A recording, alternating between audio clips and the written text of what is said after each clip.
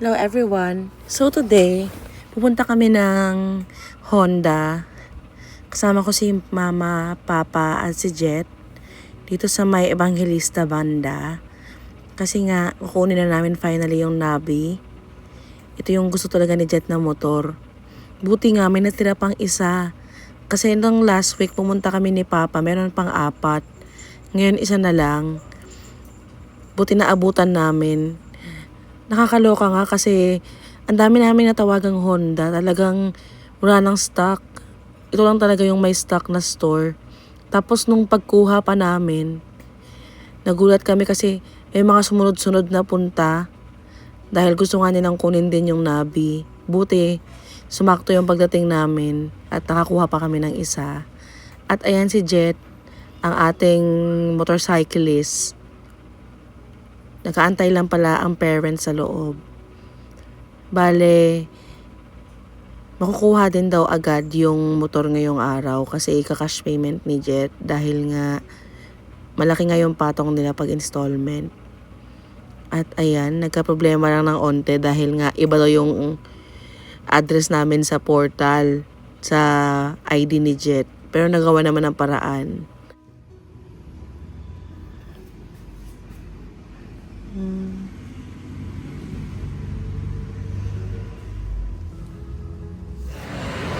Tapos, Pati upuan ko.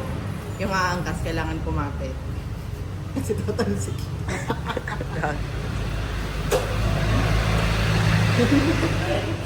Pwede daw yung gamitin, pwede 24 hours. Kahit anong makaroon. Pero wala yun.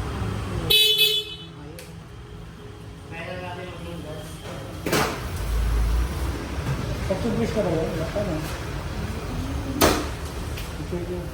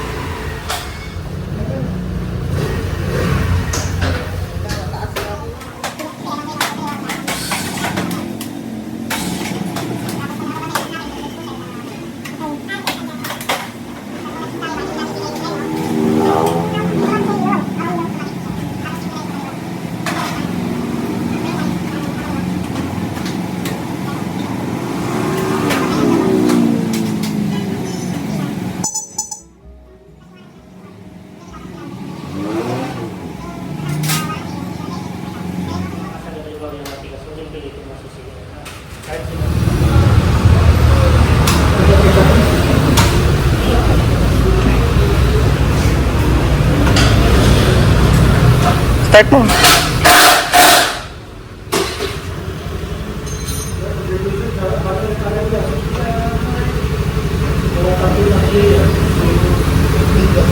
Kaya mo ba?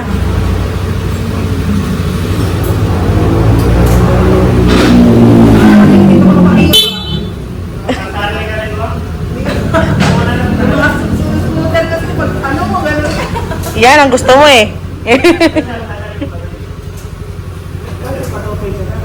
Ampa.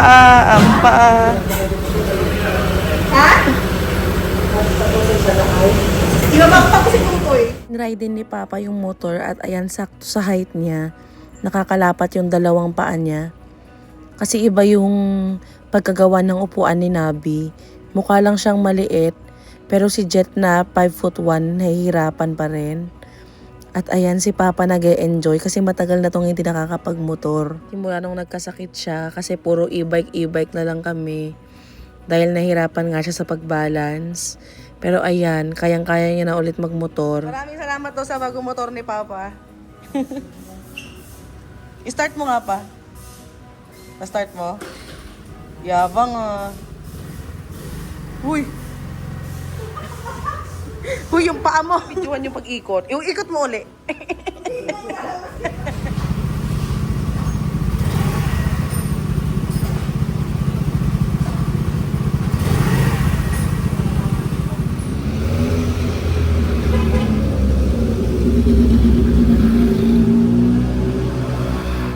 Inilabas nga namin yung motor dahil kailangan nangang gasan muna.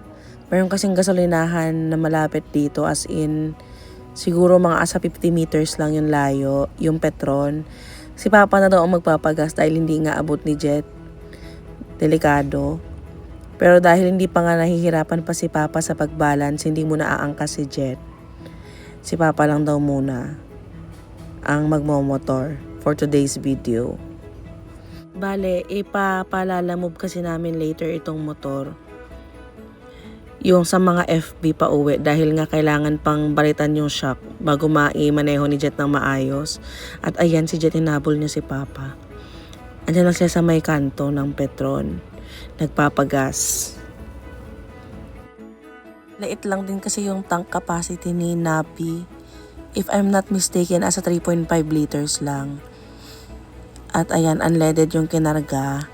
Babalik na rin sila dahil paparating na nga yung aming ibinok na lalamove. Pauwi nito sa bahay. Ayan si Papa, oh. Nagmumotor na ulit. Dumating na nga yung lalamove. At ayan, tinulungan nila kaming i-cross yung motor para maikarga na dito sa likod. At kasyang-kasya pala siya dito. Nung una, akala ko hindi kasya. Kasi ang hinahanap ko ay parang pick-up na style. Sabi nila lagi naman sila nagkakarga ng motor. At ayan, kasyang-kasya nga. Pinagtulungan lang nila talaga na maikarga para hindi nga magasgasan. Lalo na at bagong-bago ang bili ni Jet. Nakakalungkot kung magasgasan. Isinecure din nila ng tali yung motor para hindi matumba. Bale, sama pala si Jet para i-guide sila papuntang bahay. At ako naman ay nagmaneho na pauwi. At ayan, nauna nga sila nakarating. Tinulungan si Jet ni Tito Mar, yung kapitbahay namin. Sobrang bait talaga ni Tito Mar.